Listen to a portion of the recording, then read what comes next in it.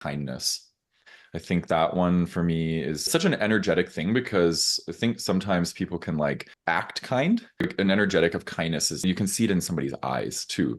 Like the way that they have kind eyes, there's a kindness about them. Their actions match their words in a big way. So that's definitely a big one for me. Emotional availability is one that I'm really, really seeking right now. I've done a lot of work on myself. I have a deep, deep capacity to be emotionally available and to communicate and share my feelings and these sorts of things.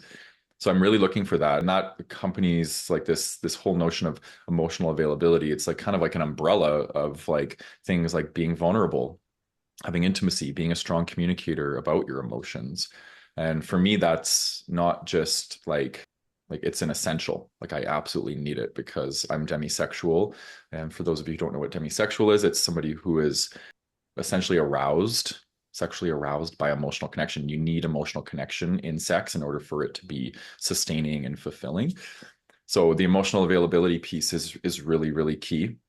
So how do I assess for that one? I'm trying to think like how emotional availability, date one, it's kind of hard, right? It's kind of hard, but as you get to know somebody, like, you start to recognize capacity. Do they have capacity to talk about their emotions? What's their emotional range?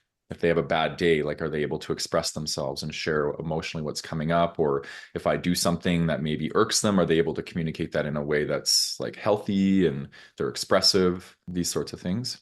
Knowing what they want is a big green flag for me. Somebody who knows what they want. I love a man who's certain, understands their needs, understands their fears, their insecurities, like self-awareness, I think is kind of what I'm getting to here. Like an inner knowingness. Pacing is a big one for me. Like I think when a person is able to pace connection, not rush in, but not be scared, like they're able to kind of, just move at a good pace so we can hit those relationship milestones, like, getting to know somebody, learning to trust, learning to rely, learning to commit.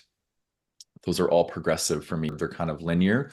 So when somebody's like able to kind of meet me at that same pace where it's like, okay, let's get to know each other and then move on to the next milestone is a huge green flag for me. Curiosity is a big one. When somebody takes an interest in me, I tend to have a very rich inner world.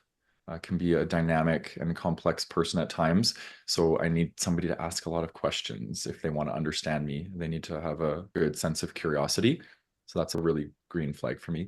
And then lastly, sensual and sexual combo, I think, because sensuality, in my opinion, is just as important as sexuality and like sex.